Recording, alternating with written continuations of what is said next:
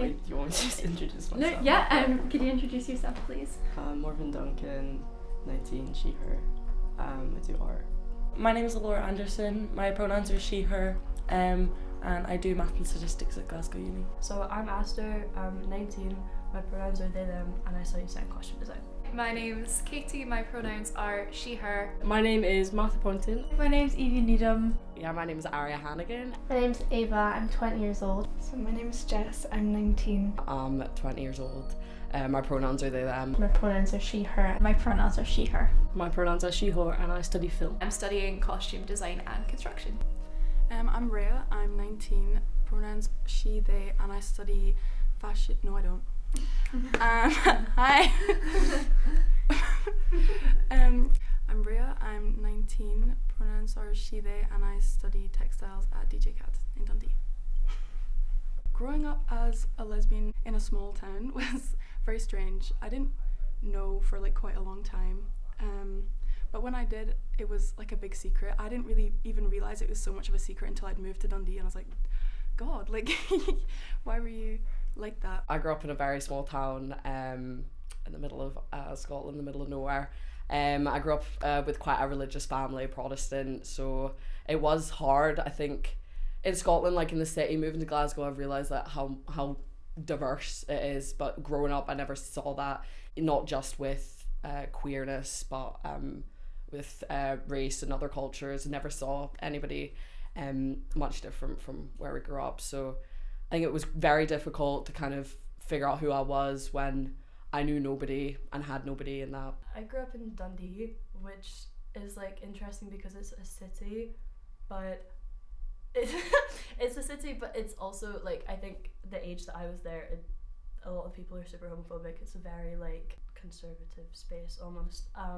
So I think it was probably quite difficult. Well, it was quite difficult because there wasn't very many people that had like queer people around me. Where I grew up, I didn't really have a lot of a lesbian representation, and I think I kind of had to find it my own way. And like in Orange is the New Black, Leah Delaria, I think she kind of showed me as well how it's okay to be butch. Like, I think there's a lot of stigma around coming out as gay and then also being who you are, and I think that was a big thing for me, where I felt more masculine, and seeing that show and the way that she was represented and the way that she acted and held herself really had an impact on me. I used to prefer online spaces because I was not fully comfortable in myself when I was younger, so it was so easy to form a community online. But now I like meeting people in reality. Being in like a rural area growing up, I think online is kind of essential, because otherwise you just don't have that kind of community and those kind of spaces. I feel like if you grew up on the internet and you were like in fandom spaces, it was kind of hard not to find other queer people. I really love online spaces. I think they're really important, but I think physical spaces for me, I love talking to people. I love meeting new people. I love hearing about about their lives and stuff. So I think physical lesbian spaces are so important, because it's great to just be able to meet people that are like you in some way, and you already have something in common, so it's easier to start a conversation. There wasn't really any physical spaces like when I was younger, but now that I'm in Glasgow, there's like so many things. There's stuff all the time, and you see like loads of posters advertising like film nights and like craft events and stuff like that. So yeah, it's really great. I didn't have any queer friends, and then I moved, and I do think at a certain age queer people kind of seek each other out almost, so I found a really lovely group of friends who were all pretty much all queer. When we first all came to uni, and it is quite a daunting thing, moving out and meeting loads of new people all at once, but I just remember one person had mentioned that they're gay, and then another person mentioned that they're gay, and it actually turned out that the majority of us were gay, and that was a very nice feeling, just to feel like you're kind of surrounded by people that are like you, without having to find those people. It just kind of came very naturally, which was very nice. I think it's lovely to live like an identity that feels so connected to everyone else that's identified that way. Like lesbianism is so funny to me, because that's like, what other identity has the suffix that's like a practice or like a system, to be part of like a system, and every like person that came before. So that's why I really love looking at these archives. I'm really into the archival material because it's just like, it really feels like you're a part of something, like you found belonging in that, which is really nice. Which then led to this project, which is Wired Different. It sort of explores the digital space and the physical space. It's looking at found family and digital connections and healing wounds of rejection in communities. That feeling of being trapped in a small community, shame, loneliness, like I'm sort of trying to like flow through that feeling of being from one place and moving to another, and how that has been put in the context of learning about queer history, looking at like archives and people that have come before and things like that. Finding lesbian community is not that hard in like an art skill, to be fair. You have like a magnet and you're just like gravitating towards any lesbian in like a 5-mile radius, which is then really nice because we all get together and go to the pub, which is lovely. Just being in a group, going to anything like with other lesbians feels supportive in itself just as it is, because it's like nothing needs to be explained, everyone just sort of is, and that's really nice. I play rugby, so although it's not a direct queer relation, everybody there is gay, so that definitely helped me. I also joined a queer baseball team, which was really cool. Everyone was very queer, it was very cool, it was very fun, it was just a very chilled out, but you can, if you look up anywhere, there's probably even a hobby that you could join. I think Edinburgh and Glasgow, there is a lot. There's queer cafes, there's a lot of things where people can go. I've not explored them hugely, but I see lots of things around all the time, and then of course we've got Subway and stuff like that, and I think they're really beneficial to the queer community, and I do see in Edinburgh a huge change from where I grew up. There's definitely like places that a lot of queer people gravitate to. I think like Subway, like the nightclub's quite good for that. They have like a drag show, and then it just kind of, I don't know, all the gay people in Edinburgh and the surrounding areas just kind of gravitate to that one Monday night. I think it's the best night out as well. It's good fun, it's very safe, and it feels very accepting and diverse, and everyone's just themselves. Going out with straight friends to clubs like Why Not, I think there's a slight unawareness of how uncomfortable queer people can feel in those spaces. Not exactly because anything's happening, but it's just you can kind of sense a judgment, and there's a like heteronormative in those kind of places that I think sort of those clubs where they may be seen as the more intense nightclubs can be very uncomfortable, I think, for a lot of queer people, and I think that's a shame, because clubs like Subway are good clubs, but I would say it's a different atmosphere.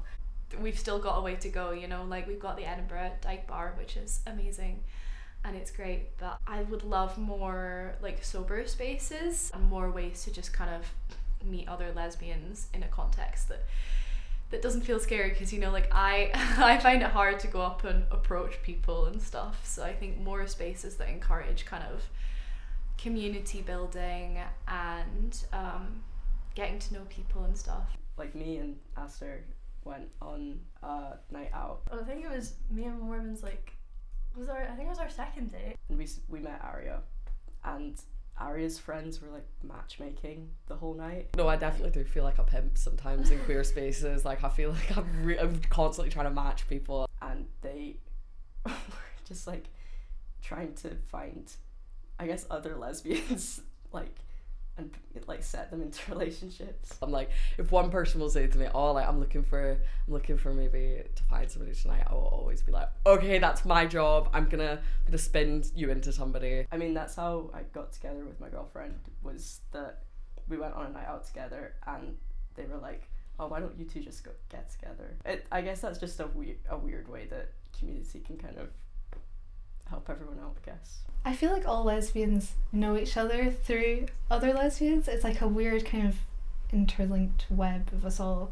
I think lesbians tend to like stay friends with their exes and stuff as well, so the chances are if you date someone new or you're friends with someone new, they still know a lot of other queer women, and you tend to get to know them as well, which I think is quite nice. It has its pros and cons, but I think it's quite a nice way to meet other people in the community and feel like you're not alone. Like, and it's good for, you know, making new friends and stuff that share the same kind of stories as you.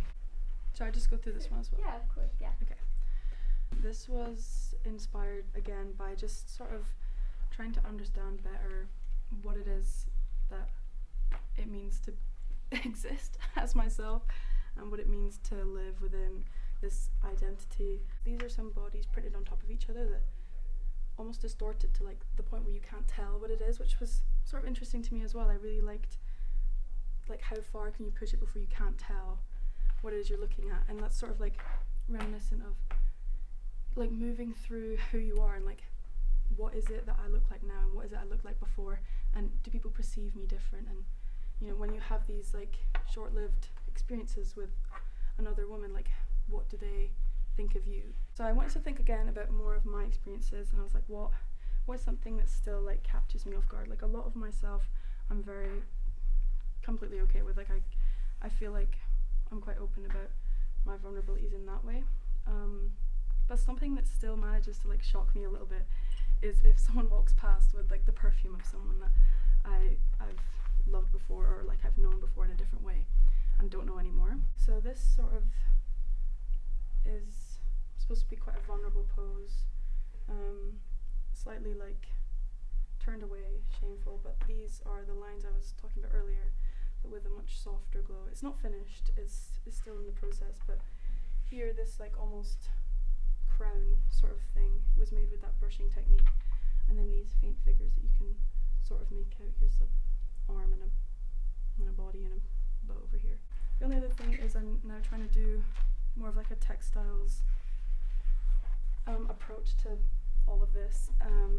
This is like with the wet background, and the idea is that in this whole web of gay people, these are the ones that mean something to you, that you know, and you might add a beat for everyone that connects and things like that. So I've created a lesbian map inspired by the L word, of like how all the lesbians are connected in Glasgow and Edinburgh and like Scotland, and I mean there's occasionally people from all around the world because everyone's connected. So I've got like 7 different lines on the map. So I've got friends, ex-friends, like situationship / date / kind of anything that's like more than the other lines or less than a relationship. I've got exes, current relationships, and then like kissed or slept with. It could be something that in the future that I would make public, but I don't think the map probably could bring up quite a lot of drama. I think that it would definitely be like a lot of asking other people for permission. I think it's definitely helped like me meet people because like they know who I am automatically. I don't know whether that's a good thing or it's the kind of scary because I'm like, oh, what do you know about me? But like I think it's been really good for making connections with people like that. I really hope that future generations have more spaces. Like I'm sure like in the rest of the world, maybe in like more populated places, they do have that, but in Scotland we don't really have any kind of lesbian or sapphic specific places. I think that would be really nice to see. You know, the Edinburgh Dyke bar that started like a year and a half ago, 2 years ago, I don't really know, but it was quite recent, because I went to the very first one that they did, and I feel like that's done really well. So I'm hoping that people see that and go, oh, things like that can be successful, let's do more of it. I really hope that there is like a lesbian bar somewhere, because like we're kind of lacking in the amount of queer spaces, especially in Edinburgh. Like there's not really any like good queer nights, like other than Subway on a Monday. Like there's not a ton of like things that you can go to. Ideally we have like a permanent lesbian bar in Edinburgh. That'd be amazing. That's the dream. The opportunity for lesbian communities is that they're more accessible and they're more open, like they're like just pushed out there for anyone to find, and people aren't so scared to be part of them. There's obviously beautiful communities and societies in Aberdeen and in Glasgow and Edinburgh and everything, but I think cross-community support is something that really needs to like start happening more. It's not something I'm seeing enough of, which I think would be lovely. This is like nice to know that there's a documentary being made about lesbians and queer women. I think it's really nice to know that people actually care about, you know, spaces that we don't really have at the minute and trying to make it more available and more accessible, and I don't know, just like shed light that we're here and it's, you know, it's good.